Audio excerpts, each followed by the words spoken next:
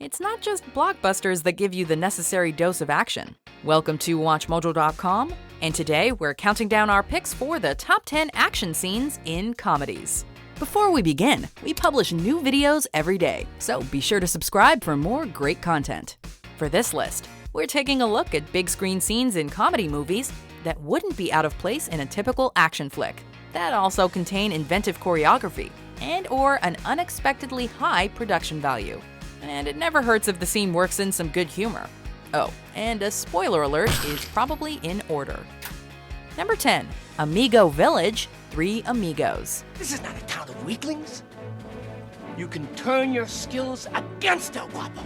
In a final bid to actually become the Hollywood heroes they'd previously portrayed on the silver screen, our hapless trio attempts to rouse the village of Santo Poco into finally standing up to El Guapo's banditry and oppression. Where are you? Parodying stereotypical Wild West showdowns, the Amigos spring up in a number of inexplicable vantage points as the army of disoriented bandits hopelessly riddles the village's infrastructure with bullets. Guapo, they are everywhere! They're over there too! With El Guapo downed by a mortal wound, we see how the villagers' greatest talent, sewing, has made the Amigos' science-defying defense possible. El Guapo literally gets the last laugh, however, sneaking a bullet into Lucky's foot before dying with a cackle. That was a good trick, too! Number 9, Diaper Theft, Raising Arizona. I've been taking these Huggies and whatever cash you got. After kidnapping a furniture magnate's baby boy, Hi and Ed, a young couple barely equipped to look after themselves, drive to the store to collect supplies for Nathan Jr. However, Hi can't resist swiping a pack of diapers at gunpoint. That son of a bitch. With pantyhose flapping on his head and diapers under the arm, he flees the store clerk, gun-happy cops, and a growing group of canines, with Nicolas Cage's excellent comedic performance adding a degree of physical hilarity to the ridiculous set of events. Ed, with the baby in the passenger seat, executes some advanced maneuvers while tracking down her hubby, eventually catching up to Hi after escaping an attack in a grocery store. Thank you, honey, but you really didn't have to do this. Number 8, The News Channel's War. Anchorman, The Legend of Ron Burgundy. Go to the zoo, flip off the monkeys? No. Buy new suits. You know what it's like. You're out suit shopping with your news team and suddenly you're ambushed by rival anchors trying to take over your turf as San Diego's #1 source for news. Hey! Uh-oh. Here comes trouble. With the ground rules established, no touching of the hair or face, a diverse roster of newsmen wielding an equally impressive arsenal of weapons engages in a gladiatorial conflict befitting the Coliseum.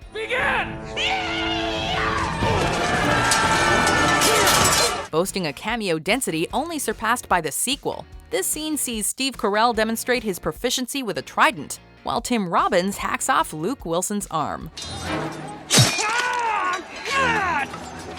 I did not see that coming! After the Channel 4 news team escapes intact, Ron sips a well-earned brew while uttering those immortal words. Boy, that escalated quickly. Number 7, Foot Through Windshield, Pineapple Express. Like, you're the first guy that I ever sold to that I became friends with. Dale and Saul's budding friendship, pun intended, had only just begun to blossom while they hung out in a tree. But such moments of peace would soon end for the two stoners at the hands of Carol, the crooked cop. When Dale's caught smoking, he gets thrown in the back of another officer's cruiser, only for Saul to hijack the car with a painful improvised distraction. Oh no! What the hell was that? Oh, What is that? With Carol now on their tail, Saul attempts to destroy the slushy-covered windshield with wildly ineffectual results. Oh no! I think I pulled my groin! Although Saul manages to withdraw his protruding foot to a conventional position, the pair can only thank blind luck for making their slow-mo, practical effects-driven escape successful. Oh my. Number 6, 60 Cars, 2 Brothers, 1 Chase, The Blues Brothers. Hit it. Jake and Elwood had already leveled a shopping mall and ticked off police, Nazis, and everyone else they encountered before they'd even made their final bid to complete their mission from God. With a full tank of gas, the $5,000 to save the orphanage, and dozens of angry pursuers in tow, the Bluesmobile defies gravity to get the unflustered brothers to City Hall in time.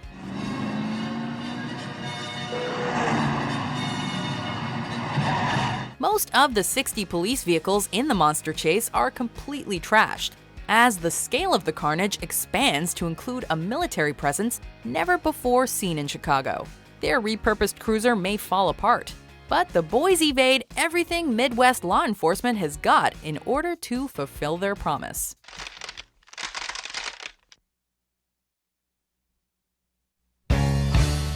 Number 5. Real Cartoon Carnage. Who Framed Roger Rabbit? That was quick thinking, Eddie! When a scene is described as cartoonish, critics are usually using the term to negatively describe ridiculous heavy action similar to, well, cartoons.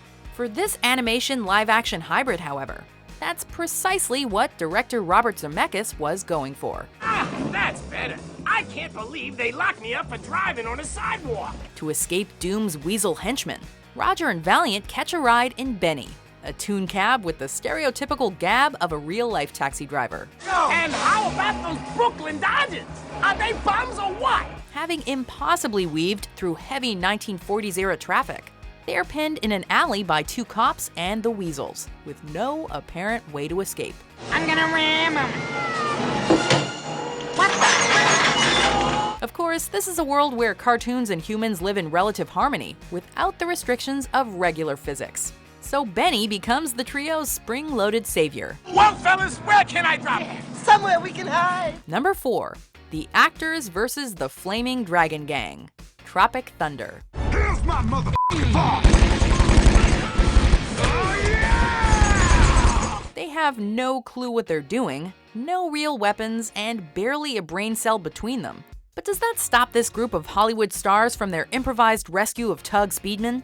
Hell no. Despite Portnoy's furious fists of heroin, Lazarus's unconvincing ruse, and a whole lot of fake gunfire, it seems that their efforts will be for naught when Speedman elects to stay with the gang and his adopted son Half-Squat.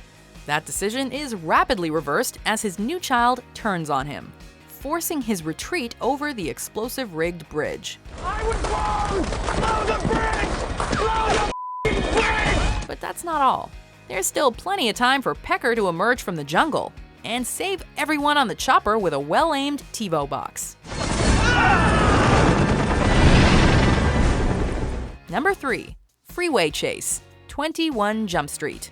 Check her out for a gun or something, all right? Where? Beginning the tradition of ridiculous chase setups that would carry over to the sequel, Schmidt, in a Peter Pan outfit, and Jenko, wearing a hoodie meant for a science project, allow their personal feud to ruin the covert pursuit of a drug-peddling biker gang.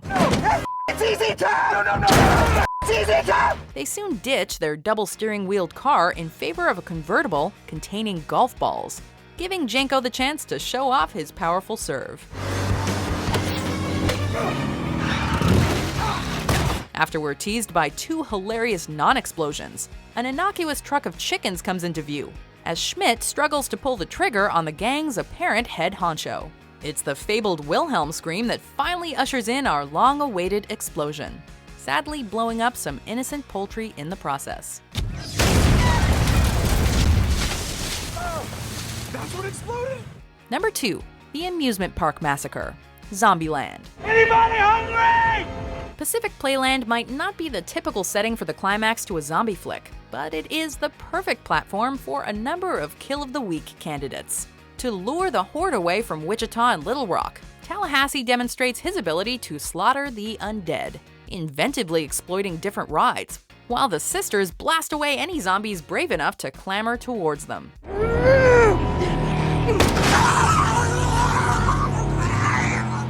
The slow-mo kicks in, as Tallahassee makes a last stand against a ravenous swarm, and Columbus does what some people would like to do to an evil clown. In a rarity for the genre, no living being has a chunk nibbled off them. A happy end to a gory post-apocalyptic day out. Okay, should probably head out now. Before we reveal our number 1 pick, here are some honorable mentions.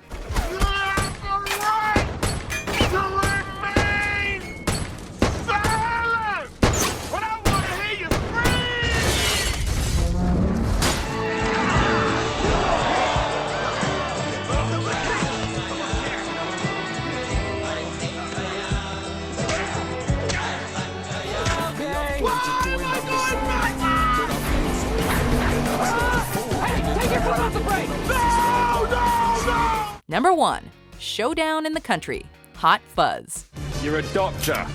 Deal with it. Edgar Wright has nailed his action comedy recipe. The toilet fight from the world's end is damn slick, yet it can't beat the bloody conclusion to the second installment of the Three Flavors Cornetto trilogy. Channeling the collective spirit of the blockbuster action movies they worship, Sergeant Angel and Constable Butterman don their shades to end the rule of Sanford's corrupt neighborhood watch. We're whisked around the village's hotspots as members of the watch are dramatically taken down in a sequence that includes, but is not limited to, lots of guns, supermarket carts, a swan, and several biting one-liners. I distracted him with the cuddly monkey, and then I said, playtime's over. It's a Hollywood-worthy finale, but the fact that it takes place in such ordinarily mundane locations makes it a distinctive, standard-setting sequence for the genre. Not your village anymore! Do you agree with our picks? Check out these other great clips from WatchMojo and subscribe for new videos every day.